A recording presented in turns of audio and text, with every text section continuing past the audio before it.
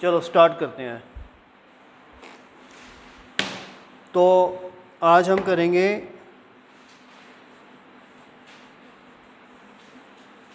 दो topics. Number 1 partition of Bengal and Swadeshi movement.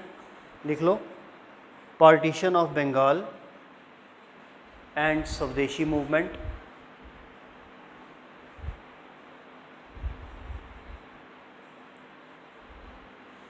And दूसरा हम करेंगे सूरत स्प्लिट,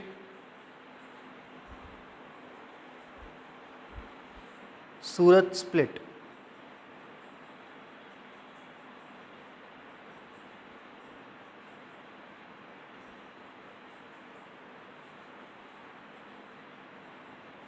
तो ये दो टॉपिक्स आज हम कोशिश करेंगे कि कंप्लीट हो जाएं, ठीक है।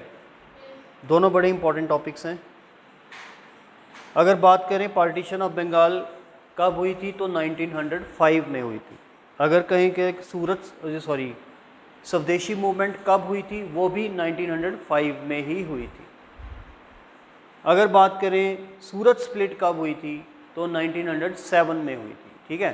तीनों की डेट्स आ गई, 1905, 1905 और 1907। अब देखेंगे एक बैकग्राउंड कि पार्टीशन ऑफ बंगाल क्यों हुई। क्योंकि क्वेश्चन में वो ये नहीं पूछेगा कि पार्टीशन ऑफ बंगाल हुई तो क्या क्या हुआ, वो ये पूछेगा क्यों हुई। सबसे पहले partition of Bengal lord Curzon थे हमारे गवर्नर जनरल, उन्होंने करवाई थी। बंगाल उस टाइम इंडिया का सबसे बड़ा प्रोविंस था, जिसमें आज का वेस्ट बंगाल और आज का बांग्लादेश दोनों शामिल थे। जो आज का बांग्लादेश है वो मुस्लिम डोमिनेटेड था, आज भी है और तब भी था। जो आज का वेस्ट बंगाल है वो हिंदू डोमिनेटेड है, ठीक है। उस टाइम भी ऐसे ही था।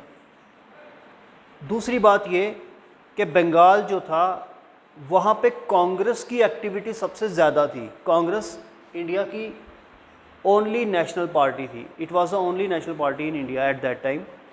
एंड उसका जो काम हो रहा था ज़्यादातर बंगाल से ही लीडर्स थे, और बंगाल के सबसे ज़्यादा इंटेलेक्चुअल्स बंगाल से ही आते थे, जैसे Rabindranath Tagore, Debendranath Tagore.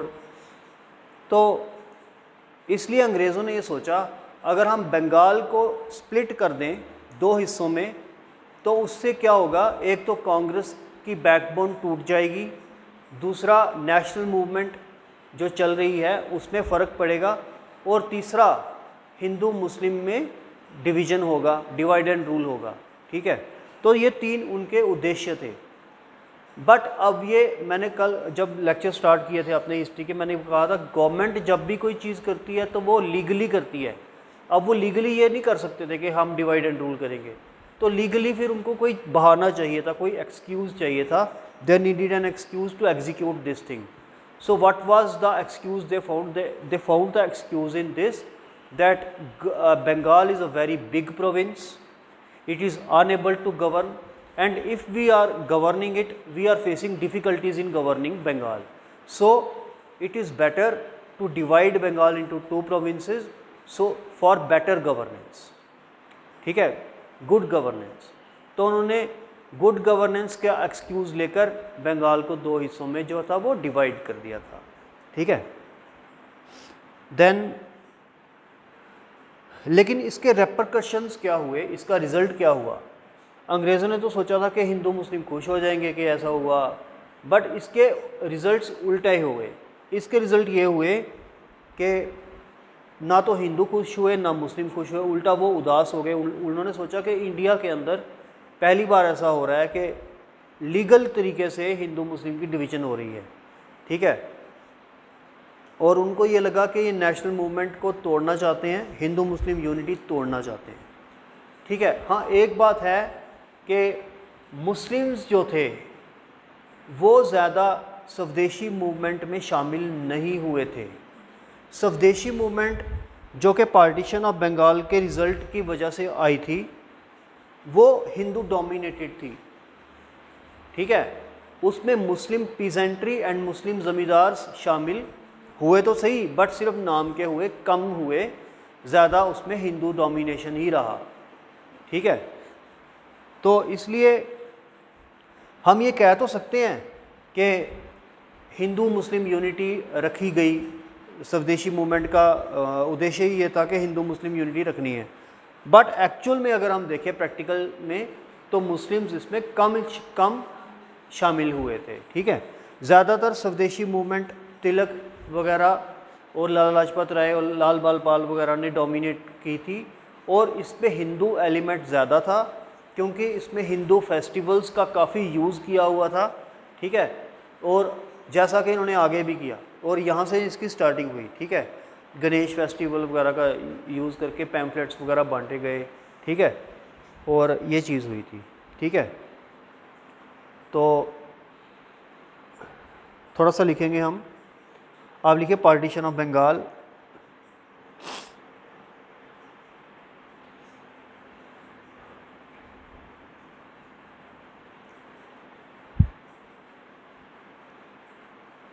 Reasons for partition.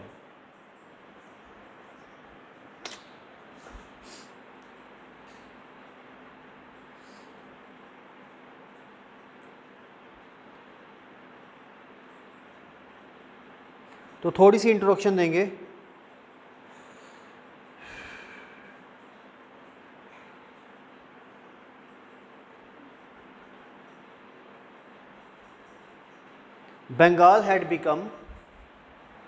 Bengal had become nerve center, NERVE, nerve center of Indian nationalism.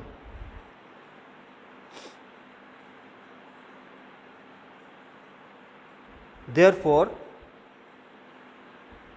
the British government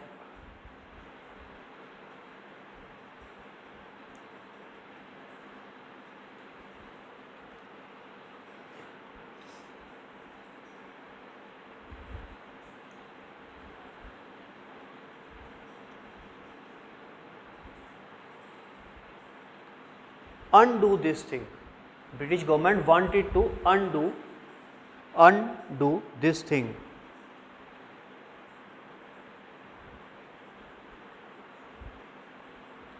Full stop. Although it partitioned Bengal in 1905,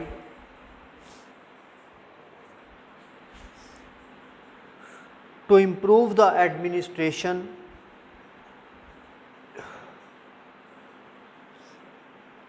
of an oversized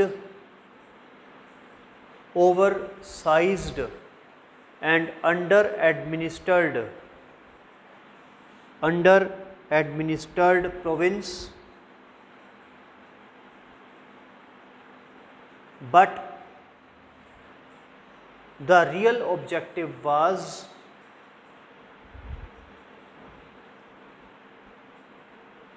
to create Hindu-Muslim division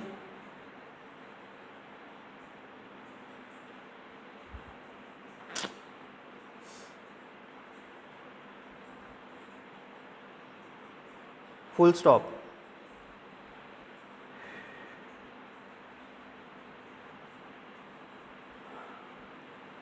Risley, next para, Risley, R-I-S-L-E-Y, Risley, the Home Secretary, wrote in 1904. Risley जो home secretary था उस time पे, उसने लिखा 1904 में, inverted commas, Bengal united is a power, Bengal united is a power, Bengal divided will pull in several directions. Bengal divided will pull, PULL,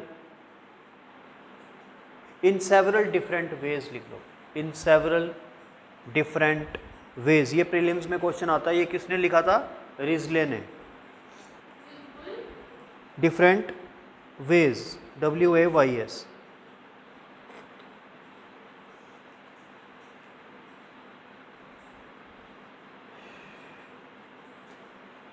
Lord Curzon the viceroy wrote, उन्होंने क्या लिखा?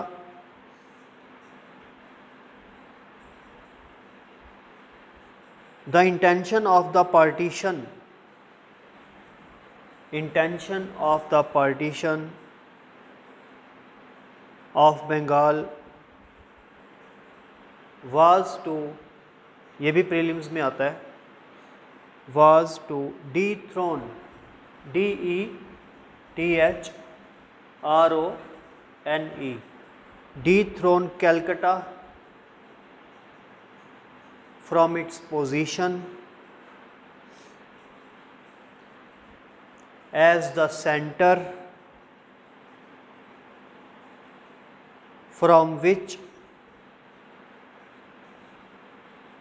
the Congress party is manipulated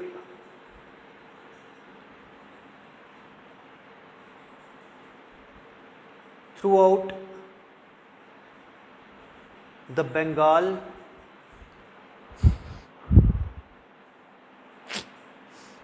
and in fact whole of India, and Indeed है वैसे, Indeed whole of India. ये statement किसकी है? Lord Curzon की। Indeed whole of India, ये स्टेटमेंट है लॉर्ड कर्जन की, प्रीलिम्स में आ सकती है। ये भी पूछ सकता है कि ये स्टेटमेंट किस बारे में दी थी, तो ये पार्टीशन ऑफ बंगाल में दी थी, और किसने दी थी? लॉर्ड कर्जन ने। Next para, reasons of partition. Reasons of partition, number 1, to curb Bengali influence, to curb CURB Bengali influence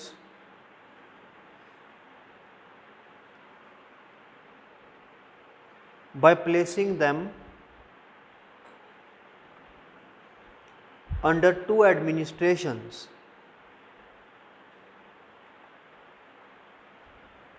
and by reducing them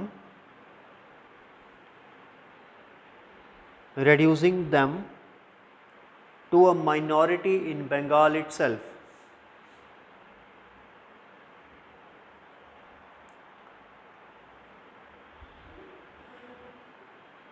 As after partition, placing them under 2 administrations and by reducing them to a minority in Bengal itself. As after partition, Bengal proper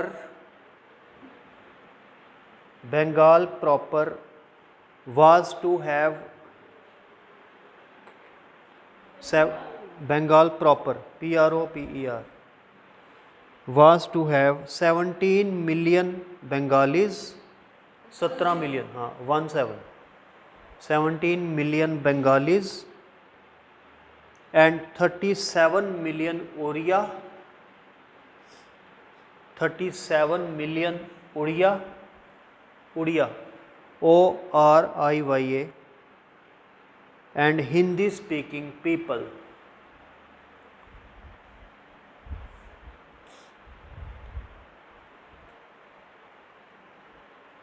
क्योंकि जब east Bengal cut जाएगा तो waste Bengal ही बचेगा, उसमें उड़ीसा भी आ जाएगा जो कि हिंदी स्पीकिंग, उड़िया स्पीकिंग है और हिंदी स्पीकिंग है।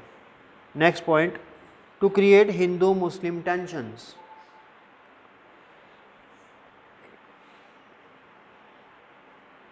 To create Hindu-Muslim tensions by dividing Bengal on the basis of religion.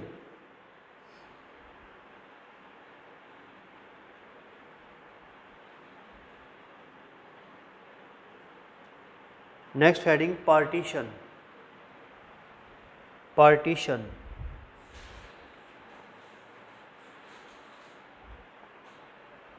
Partition of Bengal took place under Lord Curzon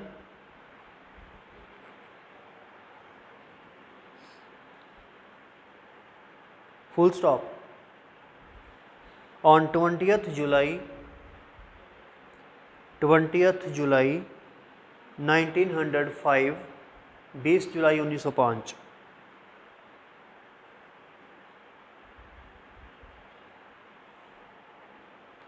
He issued an order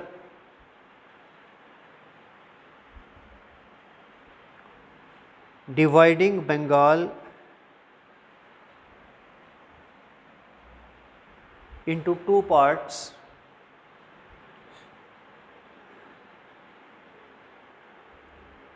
one part comprising eastern Bengal and Assam, एक part में eastern Bengal और Assam, bracket में लिखो population 31 million, population 31 million, bracket close, and other part making up rest of Bengal, जो इधर वाला था rest of Bengal, bracket में लिखो population 54 million, 54 million,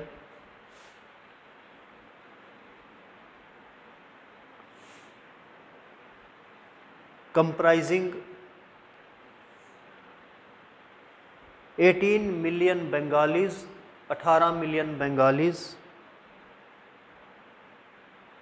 and 36 million Biharis, 36 million Biharis and Oriyas, 36 million Biharis and Oriyas, full stop. Bengal was finally partitioned. Bengal was finally partitioned on 16th October 16 अक्टूबर 1905।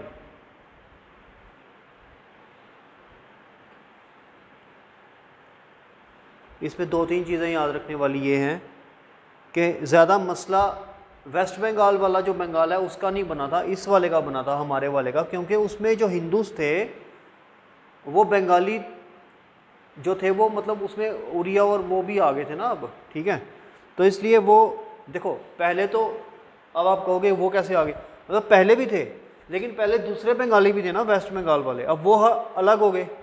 जब वो अलग हो गए तो यहाँ पे बंगाली कम हो गए, यहाँ पे उड़िया और बिहारी ज़्यादा रह गए। तो यानी कि अब देखो एक चीज़, कांग्रेस पार्टी के अंदर इसने बात की है कि वहाँ पे गड़बड़, वहाँ पे नेशनल मूवमेंट बड़ी स्ट्रांग थी, कांग्रेस पार्टी जो बंगाल से लीडर आ रहे थे। कांग्रेस पार्टी में लीडर ज़्यादा हिंदू थे कि मुस्लिम थे, अब आप खुद बताओ। हिंदू थे और ज़्यादातर बंगाल से थे। तो वो कौन से बंगाल से होंगे, वेस्ट बंगाल से या ईस्ट बंगाल से? ईस्ट से होंगे, सॉरी वेस्ट से होंगे, हमारे वाला जो हमारे वाला है। अब उसमें दिक्कत ही उस,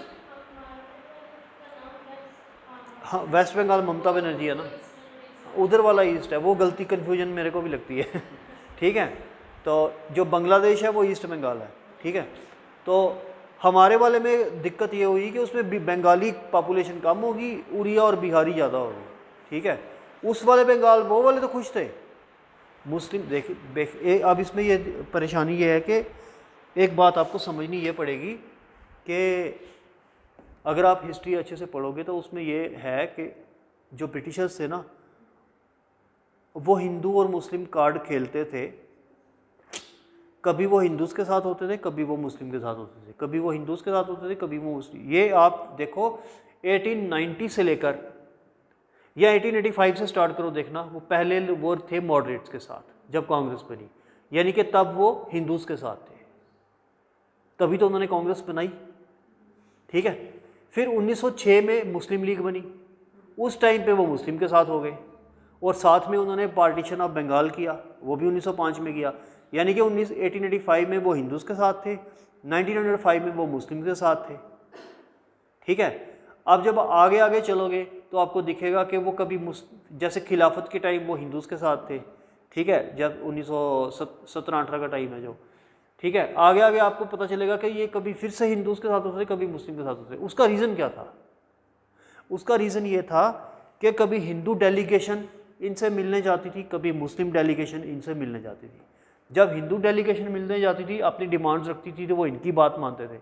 जब मुस्लिम डेलीगेशन इनसे मिलने जाती थी कि हम माइनॉरिटी है हिंदुस्तान में, हमें भी अपनी नेशनल पार्टी चाहिए, उन्होंने कहा ठीक है आप मुस्लिम लीग बना लो। अब उन्होंने कहा उसके बाद हमें भी इलेक्शंस में रिजर्वेशन चाहिए, जो इन्होंने 1909 में मोरले मिंटो रिफॉर्म्स में दी, ठीक है।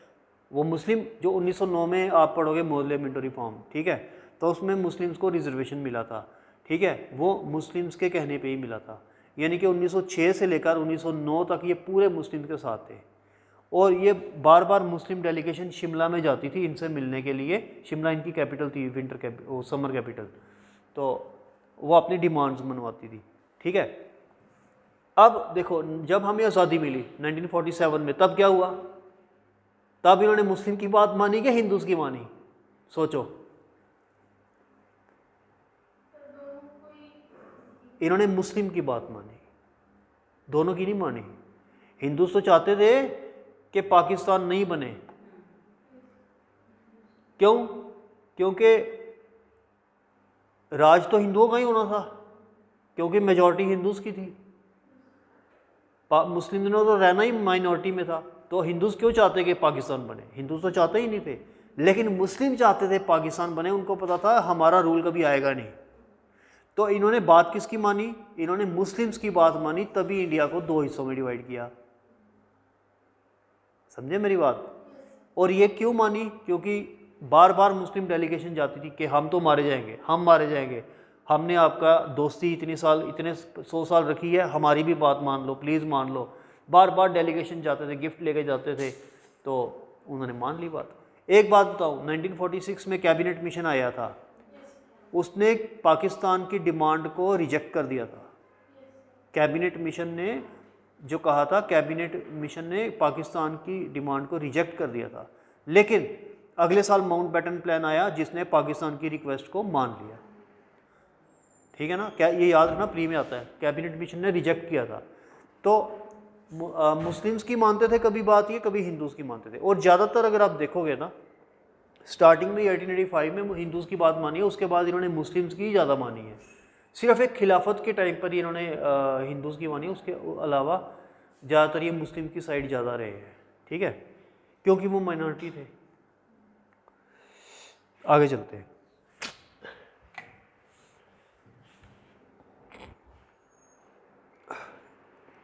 तो इसमें आपने दो तीन चीज़ें याद ये रखनी है। एक तो पार्टीशन की डेट, अगर प्री में आएगा कि ऑर्डर का भी इशू हुआ, तो वो है आपने देखा 20 जुलाई 1905। अब वो फंसाएगा आपको प्री में, वो कहेगा एक्चुअल पार्टीशन कब हुई? वो 16 अक्टूबर को हुई है, ठीक है ना। अब अगर सपोज करो वो क्वेश्चन ऐसे पूछ ले, विच of the following statement is correct, नीचे दो स्टेटमेंट दी हुई हो, दोनों यही स्टेटमेंट हो, order was issued on this date, यही स्टेटमेंट हो, and actual partition was issued on this date, which of the following is correct, तो नीचे दे देगा A 1 is correct, B 2 is correct, C both are correct, D neither is correct. क्या दोगे? C both are correct. समझे कि दोनों ही correct हैं, कि 16 अक्टूबर को एक्चुअल पार्टीशन हुई है और 20 जुलाई को ऑर्डर इशू हुआ है। इस तरह से वो आपको फंसाने की कोशिश करेगा, ठीक है। आपको फैक्ट्स याद होने चाहिए, ऐसे क्वेश्चन को बोलते हैं फैक्चुअल क्वेश्चन, ठीक है। अब चलते आगे, next para, partition of Bengal. Next para, partition of Bengal had been mooted earlier also, had been mooted, mooted, यानी कि इसके बारे में पहले भी सोचा गया था। कब? इन 1874।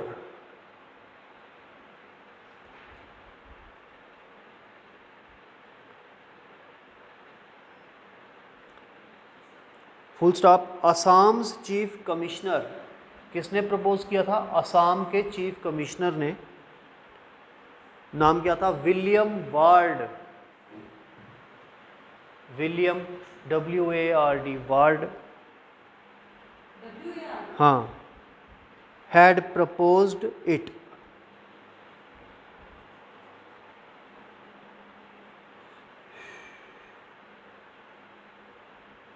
ऐसे लिख लो, इट नहीं लिखो, had proposed separation of Assam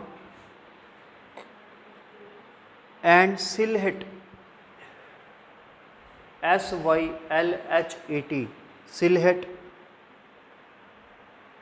while attaching, SYLHET, while attaching, ATTACHING, attaching Chittagong, ये बांग्लादेश में है, Chittagong, CHITTAGONG, Chittagong, comma, Dhaka, DACCA, to Assam, to Assam.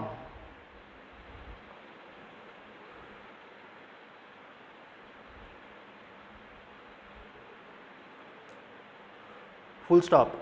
Wards proposal, Ward के प्रपोजल को was revived, REVIVED, revived by Lieutenant Governor Andrew Fraser, FRAZER, in 1903,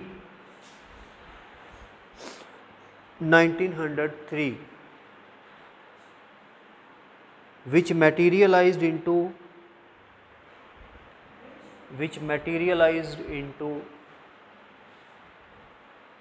full scale partition in 1905।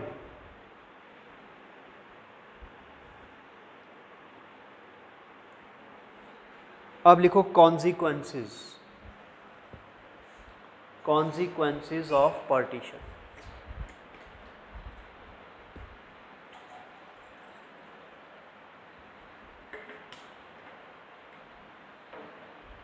बहुत सारे consequences है। सबसे पहला कॉन्सिक्वेंस का ये था कि स्वदेशी एंड बाइकआउट मूवमेंट स्टार्ट हो गई थी, ठीक है।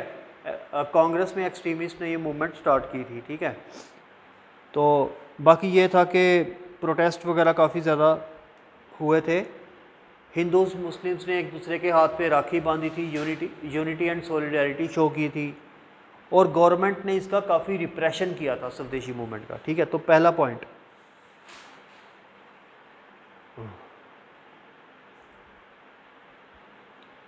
Anti partition agitation,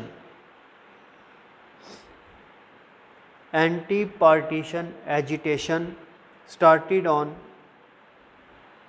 7th August 1905,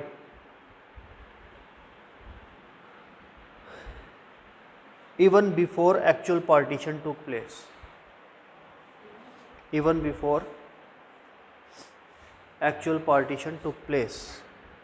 16 अक्टूबर को हुई थी ना actual partition. Next point,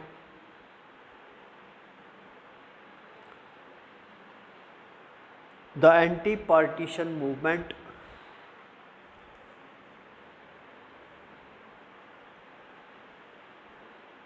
was led by students and women,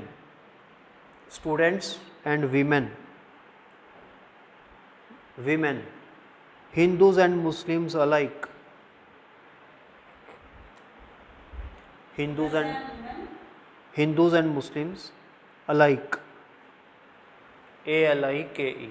Third point,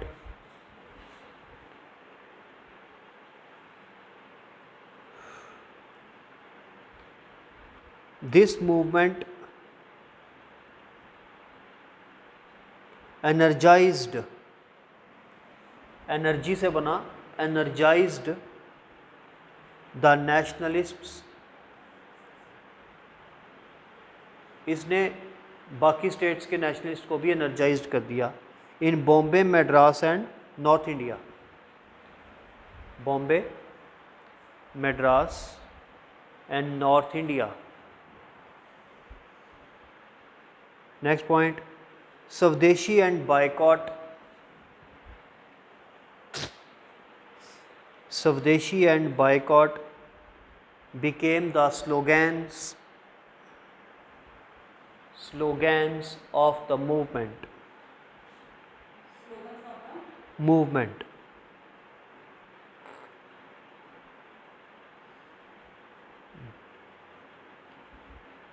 Next point, the movement brought to the fore, FORE, the militant character of the movement. Militant character of the movement.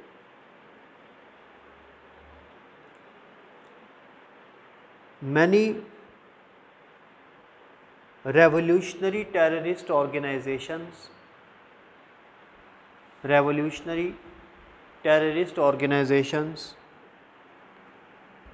emerged on the scene at this time. Emerged on the scene at this time. Next point,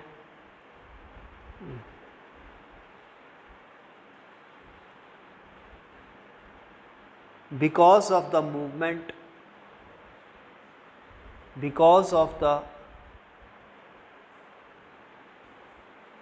ऐसे लिखो, strong opposition, because of the strong opposition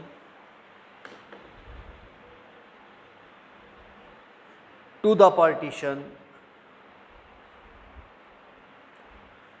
the government was forced to annul, ANNUL, annul यानी cancel, annul the partition of Bengal, the partition of Bengal in 1911. 1911 में partition ख़त्म कर दी गई.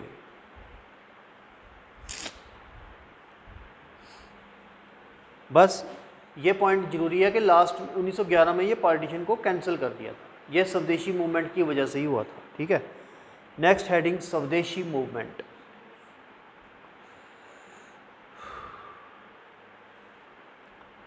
अब स्वदेशी movement जैसे नाम से ही जाहिर है कि स्वदेशी यानी अपना देश, यानी अपने अपने देश की चीज़ों को पहनना, यूज़ करना, यहाँ से ही जाहिर है.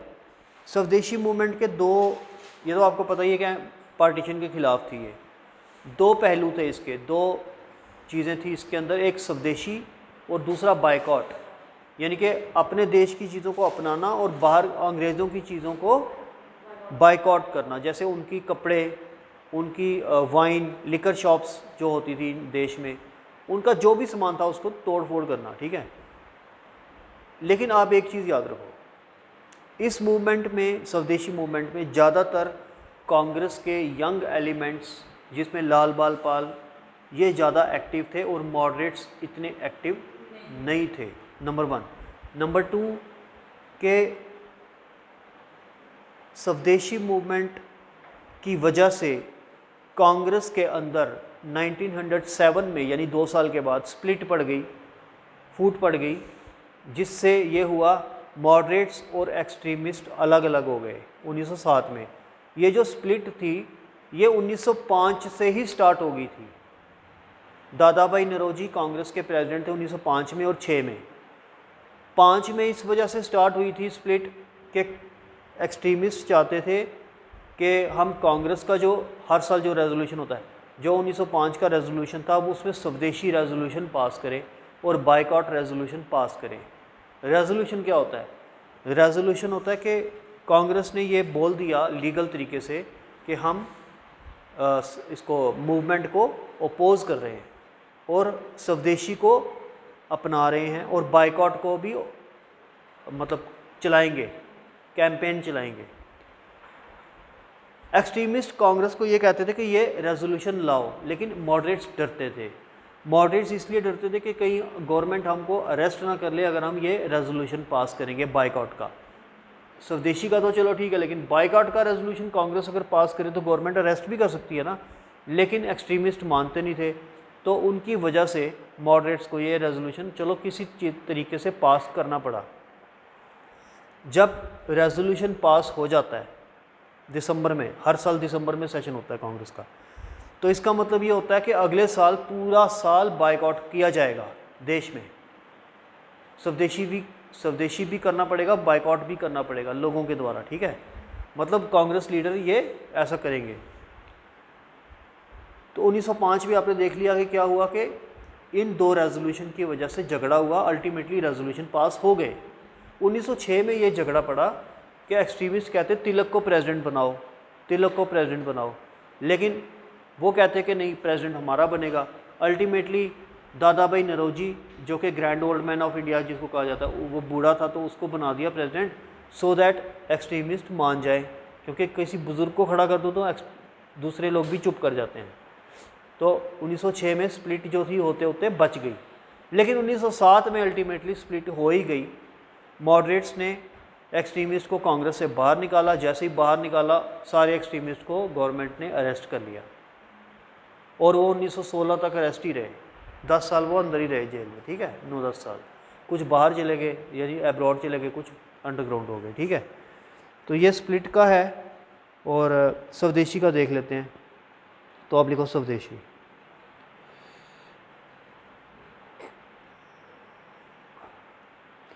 The Swadeshi movement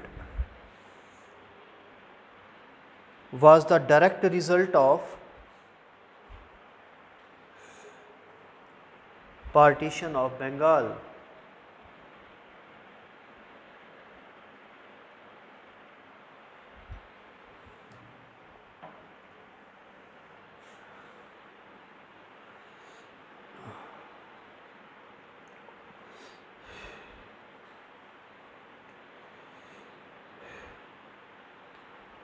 The formal proclamation of Swadeshi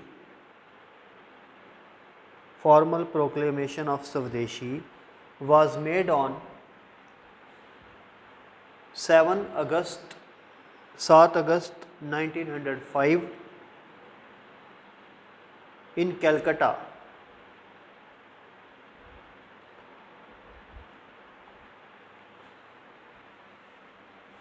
At this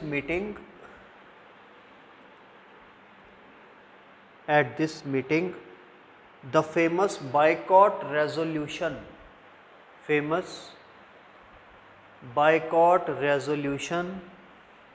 was passed.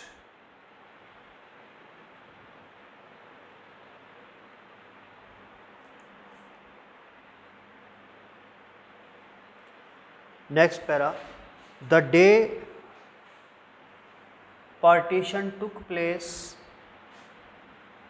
देखो पार्टीशन से पहले ही स्वदेशी मूवमेंट स्टार्ट हो चुकी है 7 अगस्त को, पार्टीशन का वही 16 अक्टूबर को। The day partition took place that is 16 October 1905 it was declared a day of mourning। अफसोस करना, MOURNING, mourning throughout Bengal.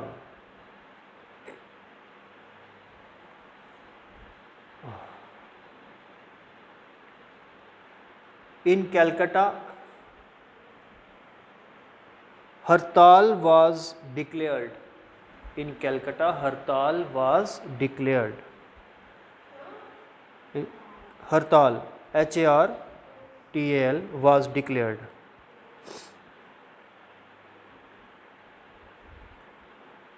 The message of Swadeshi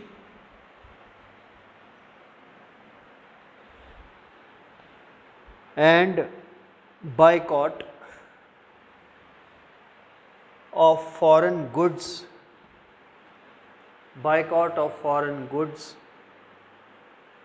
soon spread to rest of India. Soon spread to rest of India.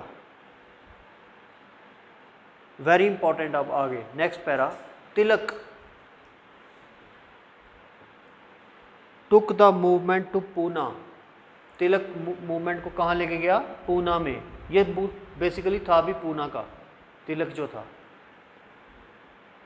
And Bombay, Poona and Bombay. Next para, Ajit Singh and Lala Lajpat Rai, ये दोनों पंजाबी थे। Ajit Singh and Lala Lajpat Rai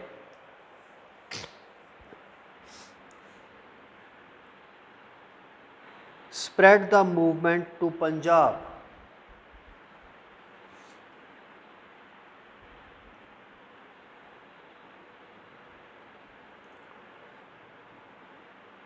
next point, next para कर लो। Syed Haider Raza, Syed Haider Raza led the movement in Delhi. Delhi में कौन? रज़ा।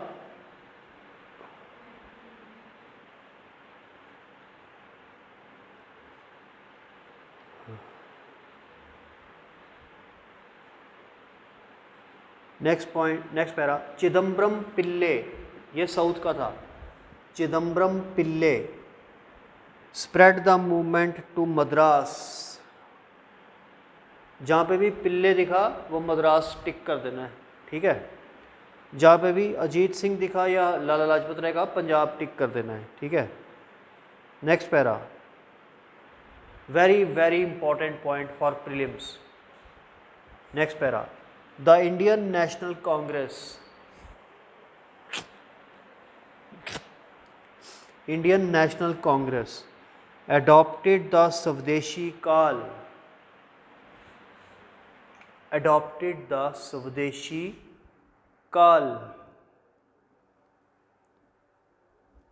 at the Banaras session। Banaras कहाँ पे है? यूपी में। Banaras session in 1905 presided over by Gopal Krishna Gokhale. Presided over by Gopal Krishna Gokhale. Gokhale जो कि गांधी जी का पॉलिटिकल गुरु था, ये कांग्रेस का प्रेसिडेंट था 1905 में जब पार्टीशन ऑफ बंगाल हुई है। और सेशन हुआ कहाँ पे था? बनारस में। ये याद रखना, वो पूछ लेगा प्रीलिम्स में। देखो कांग्रेस के ना सेशंस पूछे जाते हैं। आपके पास जो भी छोटी बुक होगी ना, अरिहंत शरिहंत जो भी है, उसमें कांग्रेस की लिस्ट दी होती है कौन सा सेशन कब हुआ। वो 1885 से लेकर 1947 तक। अब आप पूछते हो कि क्या सब सारे याद करने हैं, तो मैं आपको आज ही बता देता हूँ, सारे याद नहीं करने हैं। लेकिन जब जब इम्पॉर्टेंट इवेंट्स हुए हैं, जैसे ये पार्टीशन ऑफ बंगाल हुई है, या सूरत स्प्लिट हुई है, या रोवलाट एक्ट पास हुआ है, या जलियांवाला बाग हुआ है, जिस साल कोई बड़ा इवेंट हुआ है, वो session. Nagpur session, Nagpur session में आई थिंक वो मॉडरेट्स और एक्सट्रीमिस्ट का कुछ था, 1914-15 में हुआ था शायद, है ना। तो कहने का मतलब ये है कि जो जो इम्पोर्टेंट इवेंट्स हुए हैं ना, वो आपने एक तो उसका ईयर याद रखना है, एक उसका सेशन याद रखना है, एक उसका प्रेसिडेंट याद रखना है, तीनों चीज़ें याद रखनी है, ठीक है। अब रही बात गवर्नर जनरल, सारे याद करने हैं, तो आपने वो वाले गवर्नर जनरल याद रखने हैं जिन्होंने इंपॉर्टेंट काम किए, ठीक। जैसे रिपन ने, और वो भी वो वाले गवर्नर जनरल जिन्होंने अच्छा काम किया है।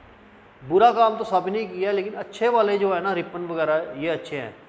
करजन ने तो पार्टीशन की थी, वो तो सबको पता। करजन में वो सब जो कुछ किया ना करजन ने, प्रेस को भी बैन किया, वो सारा कुछ करजन ने किया। लेकिन रिपन ने सारा कुछ, जैसे इल्बर्ट बिल रिपन ने लाया, वो सारी चीज़ें वो याद रखनी है, ठीक है। तो इस तरह से आपके कुछ कांग्रेस के क्वेश्चंस हो जाएंगे। और दूसरी ये याद रखनी है कि कौन सा प्रेसिडेंट कितनी बार बना, ये भी अगर कहीं मिलेगा ना। जैसे गांधी, आपको अजीब लगेगा, गांधी आज तक सिर्फ एक बार प्रेसिडेंट बना है, बेलगाम सेशन में एक बार हुआ है, सिर्फ एक ही बार बना है। हालांकि वो किंग मेकर था, वो दूसरों को बनाता था, खुद नहीं बनता था, ठीक है। तो ये चीज़ें याद नहीं। फर्स्ट वुमेन प्रेसिडेंट कौन थी? सरोजिनी नायडू थी, आई थिंक, ठीक है।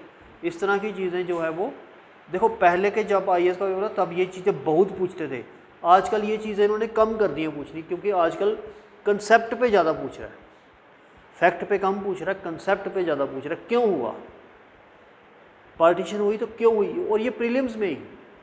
ये नहीं सोचना कि मेंस में पूछेगा क्यों, वो प्रीलिम्स में ही पूछ लेगा कि पार्टीशन ऑफ बंगाल का reason which of the following, actual reason क्या था। वो ये फैक्चुअल नहीं पूछेगा। क्यों? क्योंकि पहले UPSC के अंदर जनरल स्टडीज़ में 150 क्वेश्चन आता था प्रीलिम्स में। GS में कितने क्वेश्चन आते थे? 150। अब कितने आ रहे हैं? 100। 50 क्वेश्चन कम हुए हैं। अब जब 150 क्वेश्चन था ना, तो वो फैक्चुअल भी पूछ लेता था, तो कंसेप्चुअल भी पूछ लेता। अब वो क्या करता है, 100 ही सारा क्वेश्चन है, सारा फैक्चुअल पूछ लेगा, तो सारे जो रट्टा लगाने वाले हैं वो सारे पास हो जाएंगे, लेकिन जिनका दिमाग तेज है, कंसेप्ट याद करते हैं, वो सारे फेल हो जाएंगे। तो रट्टा लगाने वाले पास हो जाएंगे, जिनका रट्टा, कुछ होते हैं ना बच्चे जिनका रट्टा तेज़ होता है, कुछ कईयों को याद ही नहीं होता। तो अगर वो सारे के 100 में से 70 क्वेश्चन डाल देगा रट्टे वाले, तो सारे पास हो जाएंगे प्रीलिम्स में, बाकी रह जाएंगे बेचारे इंटेलिजेंट लोग रह जाएंगे। तो जब से वो 50 क्वेश्चंस कम हुए हैं ना, अब कंसेप्चुअल बढ़ गए हैं, फैक्चुअल कम हो गए हैं। फैक्चुअल 10 होते हैं, 8-10, और कंसेप्चुअल ज़्यादा होते हैं, ठीक है। तो जब भी कोई सब्जेक्ट पढ़ना है, सिर्फ हिस्ट्री नहीं, कोई भी सब्जेक्ट पढ़ना है, तो कंसेप्ट पे ज़्यादा ध्यान देना है। वो सिर्फ मेंस में ही नहीं, प्री में भी पूछेगा, ये याद रखना, ठीक है। चलते हैं आगे।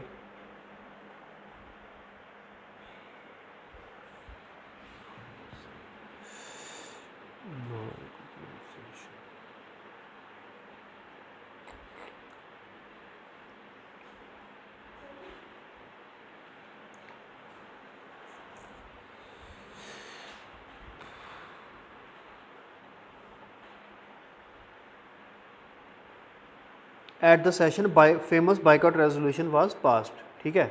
आगे लिखो।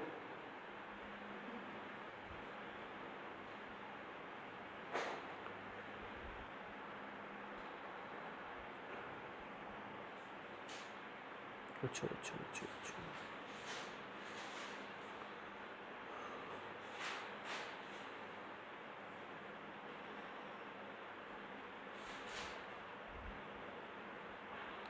Gopal Krishan Gokhale supported the Swadeshi and boycott movement for Bengal.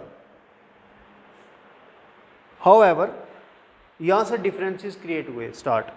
However,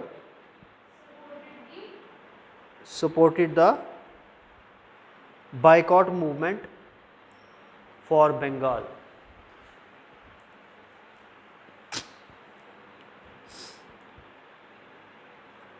However, the militant, और आप ऐसे लिखो however, हाँ लिखो however the extremists led by Tilak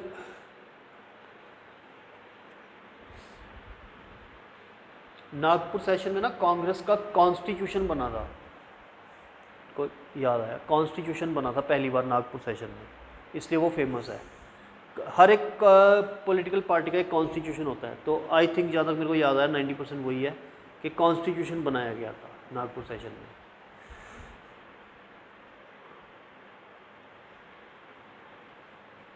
okay.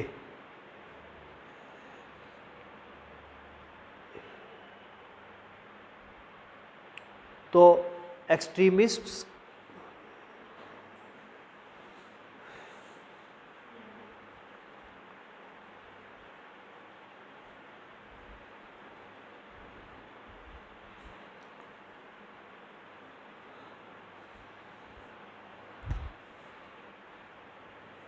क्या लिखा आपने?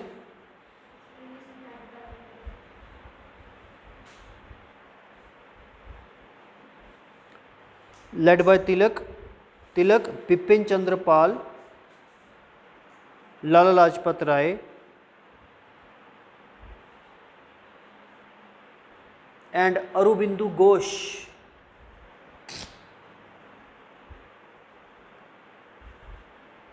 Advocated extending the movement to rest of India.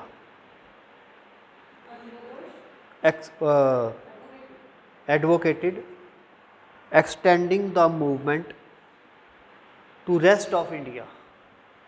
देखो मॉडरेट्स कह रहे थे सिर्फ बंगाल तक ही रखो, क्यों? क्योंकि मसला तो बंगाल का है, लेकिन एक्सट्रीमिस्ट कह रहे थे पूरे देश में लेकर जाओ। ठीक है, यहां से डिफरेंसेस क्रिएट होने स्टार्ट हुए।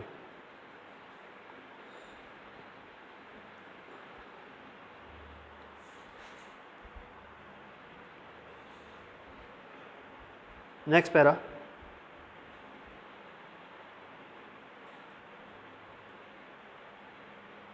एक और भी डिफरेंस था, वो ये था कि ये कहते थे कि स्वदेश उसकी स्वराज की कॉल दो। मॉडरेट्स ने कॉल दी अल्टीमेटली प्रेशर में आके स्वराज की, लेकिन वो स्वराज कौन सा था जो मैंने बताया था? Dominion status. ये कहते थे कि आप स्वराज को डिफाइन करो, कांग्रेस में रेजोल्यूशन लाओ, डिफाइन करो कि स्वराज हमारे लिए क्या है, complete independence.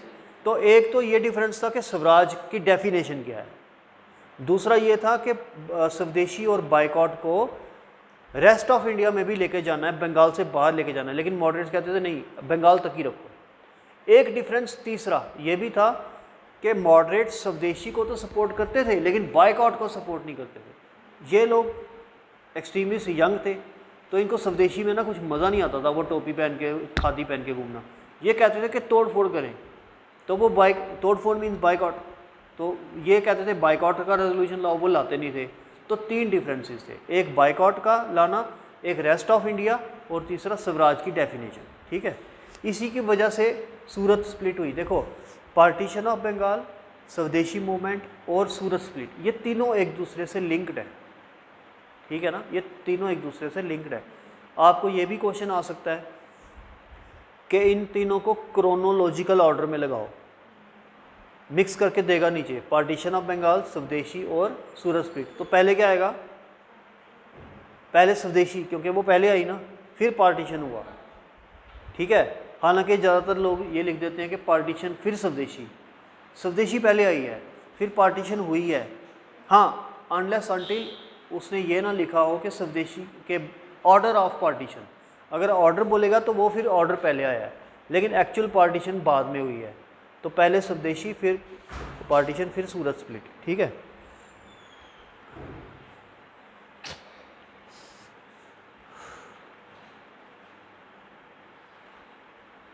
Okay.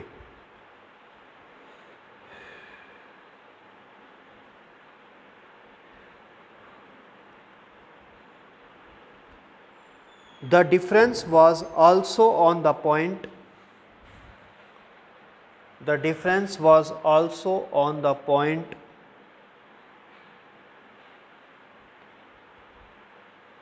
of just Swadeshi and boycott, just Swadeshi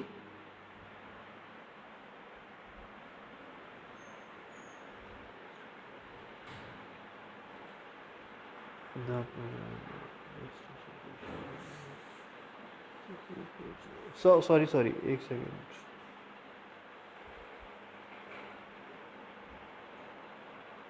ये काट दो, ये लाइन, ये जो अभी लास्ट लगाई है ये वाली काट दो। आप लिखो The aim was now Swaraj. Aim was now Swaraj. SWARAJ. And the abrogation of partition had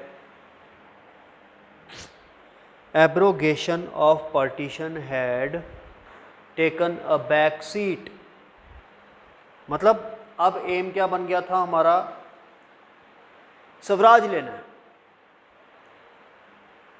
अब वो कह रहे थे ना पार्टीशन कैंसिल करो, वो तो दूर की बात, वो तो करो ही करो, लेकिन अब हमारा एम कुछ ज़्यादा बन गया था।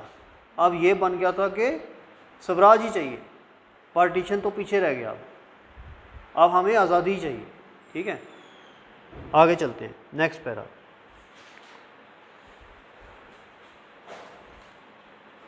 The moderates, however,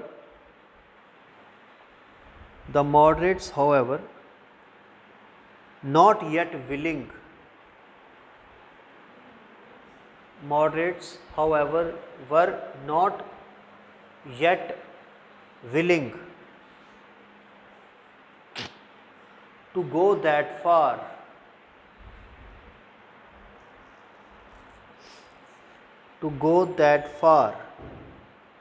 मॉडरेट्स अभी इतना दूर नहीं जाना चाहते थे, यानी कि वो अभी स्वराज के लिए नहीं जाना चाहते थे। Next para. In 1906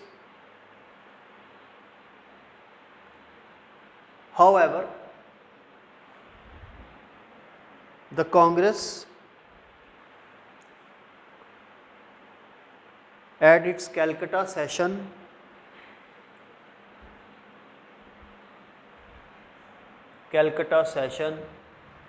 presided over by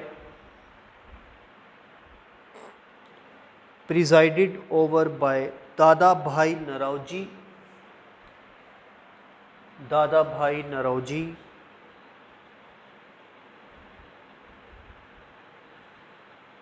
declared that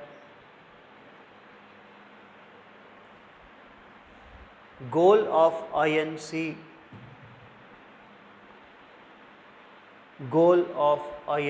was now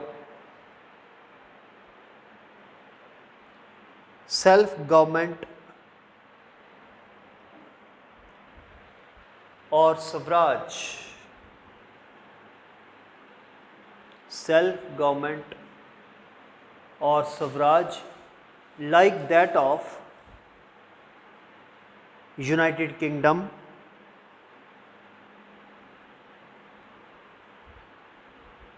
or the colonies,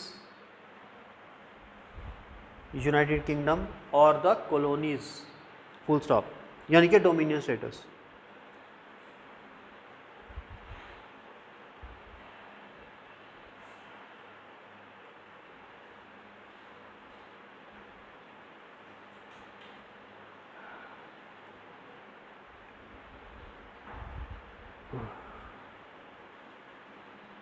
next para. 4 different streams, 4 FOUR, different streams existed in the movement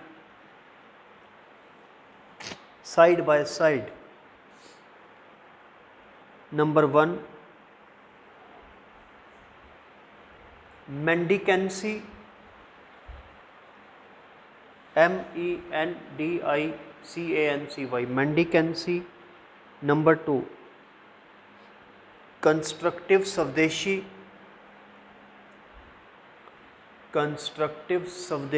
Number 3, passive resistance, and number 4, terrorism.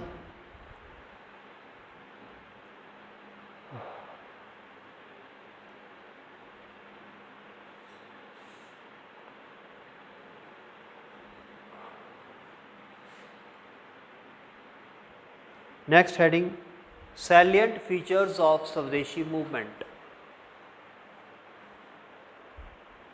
Salient features of Swadeshi movement.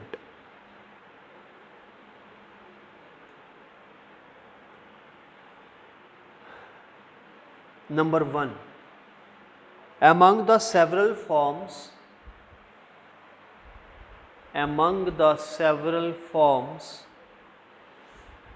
of struggle, boycott of foreign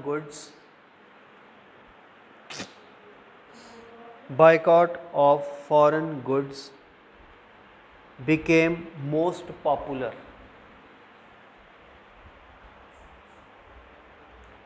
पहला salient feature ये है कि boycott सबसे ज़्यादा popular हुआ। इतना popular स्वदेशी भी नहीं हुआ, इतना पॉपुलर और कुछ नहीं हुआ, लेकिन ये सबसे ज़्यादा पॉपुलर हुआ। Number 2,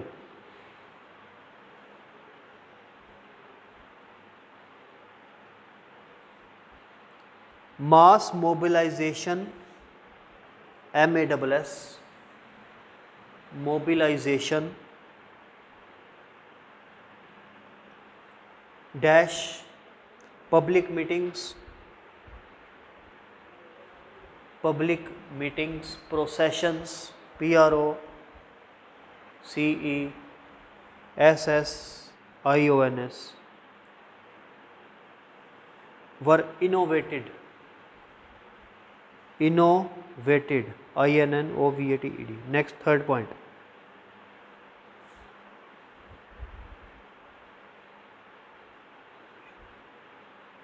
very important point, the Swadeshi period saw the creative use of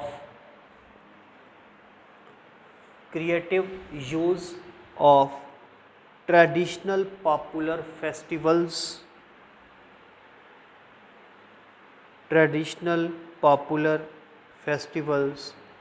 and melas, मेले लगते थे ना पहले, melas, as a means MEANS of reaching out to the masses,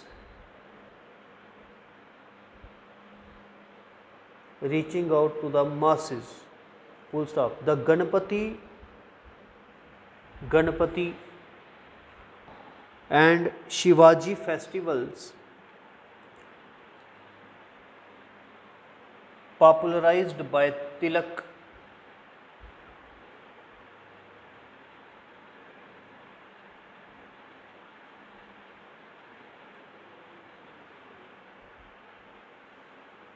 are top examples.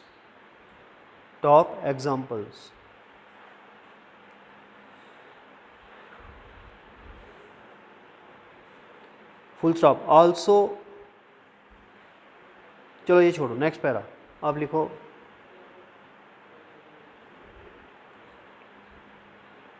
Swadeshi movement gave great emphasis upon self-reliance or Atam Shakti, self-reliance और आत्म शक्ति,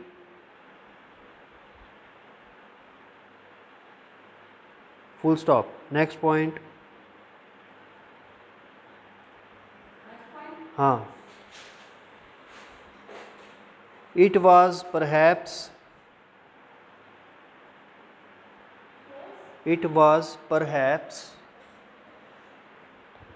in the cultural sphere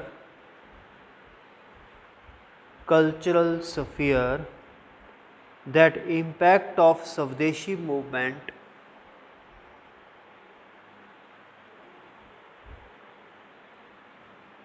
was most marked. Cultural sphere that impact of Swadeshi movement was most marked. The songs composed by Rabindranath Tagore,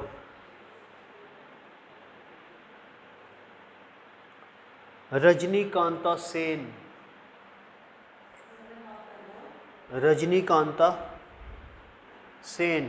SEN,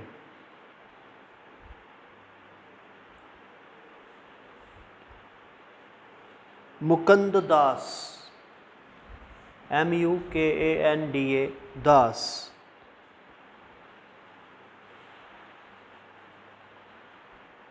later became the later LATER became the moving spirit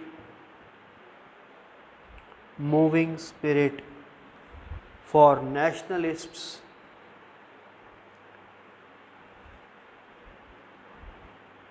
of all hues, HUES, full stop नहीं, huge नहीं, dash करो, huge के आगे dash के आगे लिखो terrorists, गांधीयंस और communists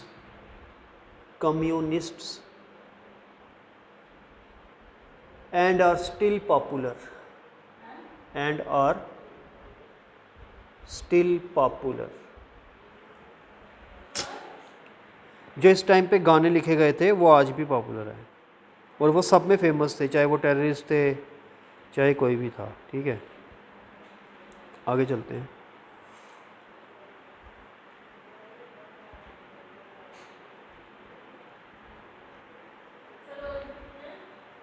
थोड़ा सा जो वो कल करेंगे।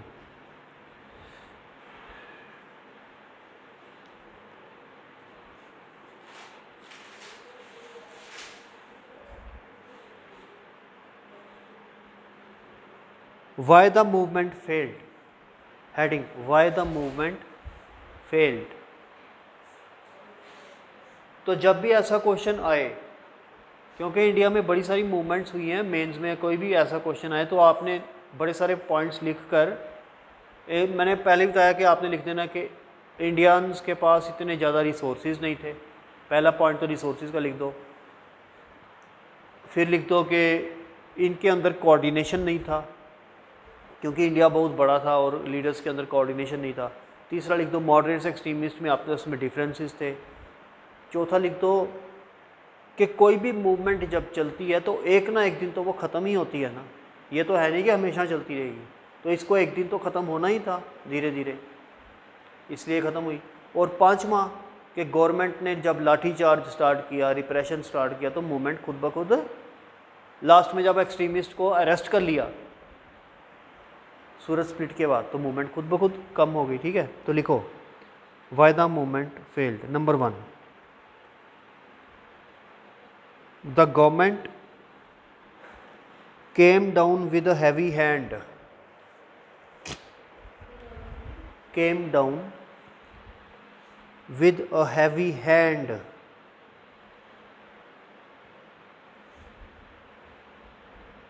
there was ban on public meetings,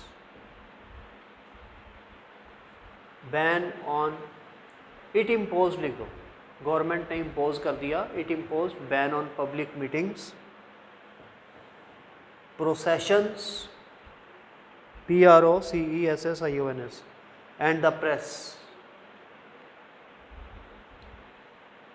second point, the internal स्क्वैबल्स,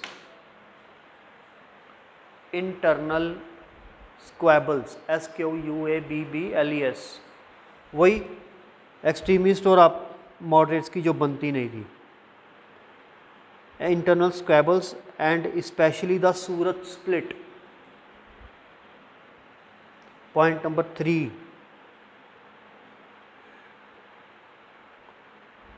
the movement lacked effective organisation,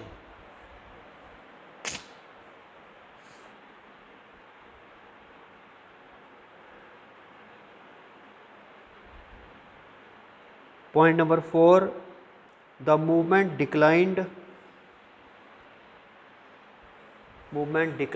particularly because of the very logic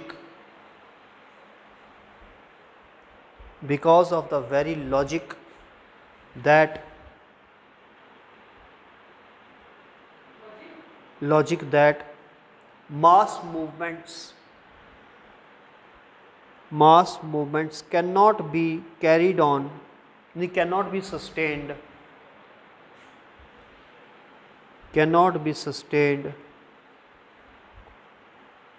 for too long.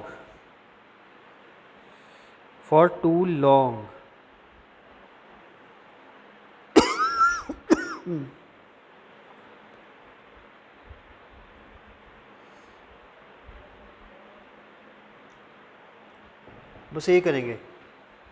कल थोड़ा सा इवैल्यूएशन कर लेंगे इसका, इवैल्यूएशन 5 मिनट लगेंगे उसको, और उसके बाद सूरज स्प्लिट, ठीक है।